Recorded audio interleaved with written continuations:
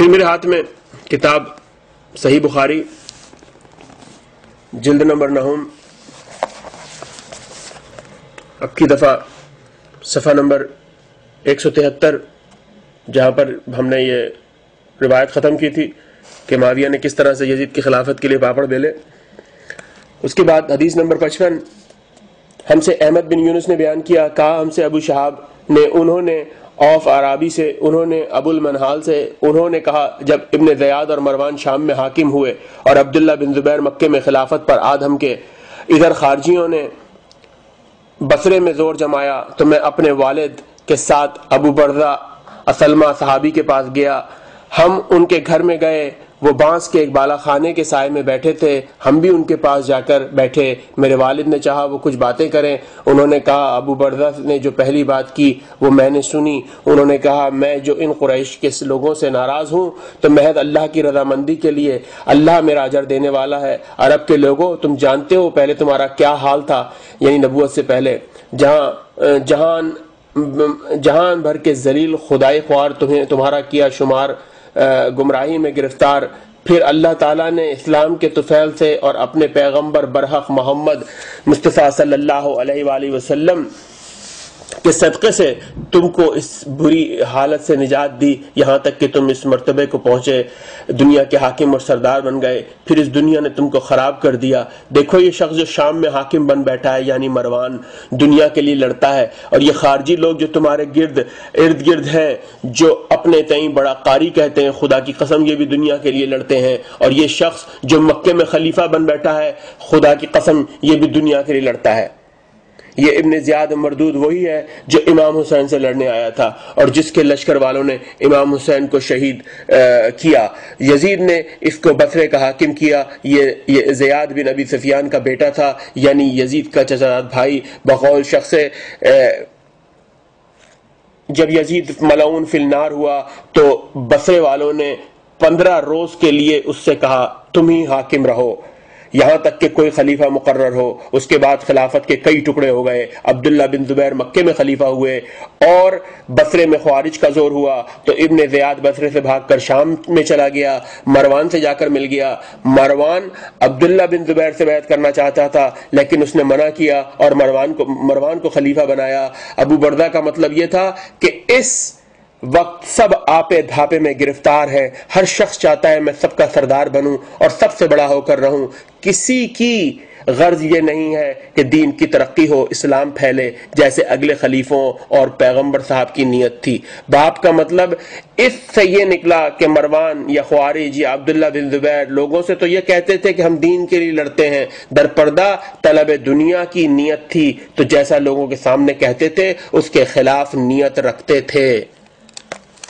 اب آپ خود سوچئے اور اس پر غور کیجئے ان چیزوں پر. اب میں آپ کے سامنے مزید دوسری آپ کو روایت پیش کرتا ہوں. اب آئیے آپ کے سامنے یہ صحیح بخاری پھر جلد نمبر 4 ہے، شاید پڑھی نہ جا رہی ہو یہاں پر.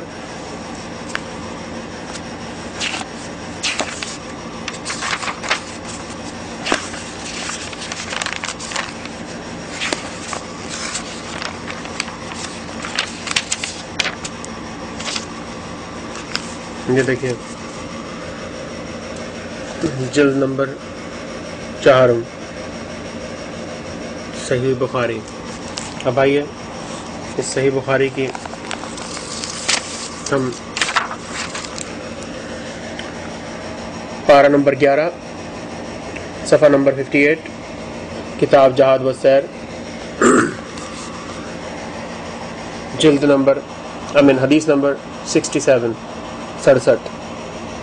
کہتے ہیں ہم سے ابراہیم بن موسیٰ نے بیان کیا، کہا ہم کو عبد الوہاب ثقفی نے خبر دی، کہا ہم سے خالد حذا نے، انہوں نے اکرمہ سے کہ عبداللہ بن عباس نے ان سے اور اپنے بیٹے علی بن عبداللہ سے کہا تم دونوں ابو سعید خدری کے پاس جاؤ اور ان سے حدیث سنو. اکرمہ اور علی کہتے ہیں ہم دونوں ان کے پاس گئے، وہ اور ان کا ایک رضائی بھائی دونوں اپنے باغ کو پانی دے رہے تھے. جب ابو سعید نے ہم کو دیکھا تو آئے، چادر اوڑھ کر گوٹ مار کر بیٹھے.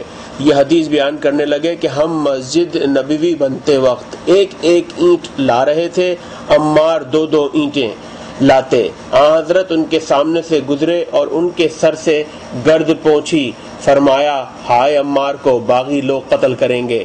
عمار ان کو اللہ کی اطاعت کی طرف بلائے گا، وہ عمار کو دوزخ کی طرف بلائیں گے۔ ابھی آپ کے سامنے مزید پروف کیے جائیں گے کہ حضرت عمار یاسر کی شہادت کس مقام پر پیش آئی۔ جی اب میرے سامنے یہ تاریخ ابن خلدون موجود ہے، اس کی جلد اول دوئم، رسول اور خلفائے رسول، خلافت معاویہ اور آل مروان۔ یہ میں اس کتاب کو کھول رہا ہوں، تاریخ ابن خلدون، پیج نمبر 525، رسول اور خلفائے رسول صلی اللہ علیہ وآلہ وسلم۔ حضرت عمار کی شہادت۔ عمار نے پکار کر کہا، اے عمرو، تف ہو تجھ پر، تو نے اپنے دین کو مصر کے عوض فروخت کر ڈالا۔ اب یہ میں آپ کو آگے حوالہ دوں گا کہ حضرت عمار یاسر نے کیوں کہا کہ تو نے اپنے دین کو مصر کے عوض فروخت کر ڈالا، ذہن میں رکھیے گا یہ بات۔ عمرو بن عاص نے جواب دیا، نہیں بلکہ میں خون عثمان کا معاوضہ طلب کرتا ہوں۔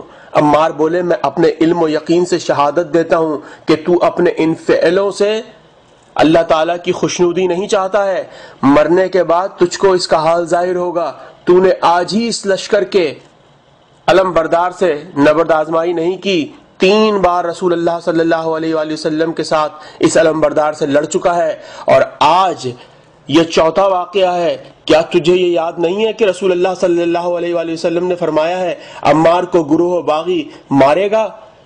عمرو بن عاص نے کچھ جواب نہ دیا۔ عمار لڑتے لڑتے شہید ہو گئے۔ امیر المومنین علی اور ان کے 7 قبائل ربیعہ اور مضر اور حمدان نے متفق ہو کر حملہ کیا، جس سے لشکر شام کی صف الٹ گئی، کشتوں کے پشتے لگ گئے۔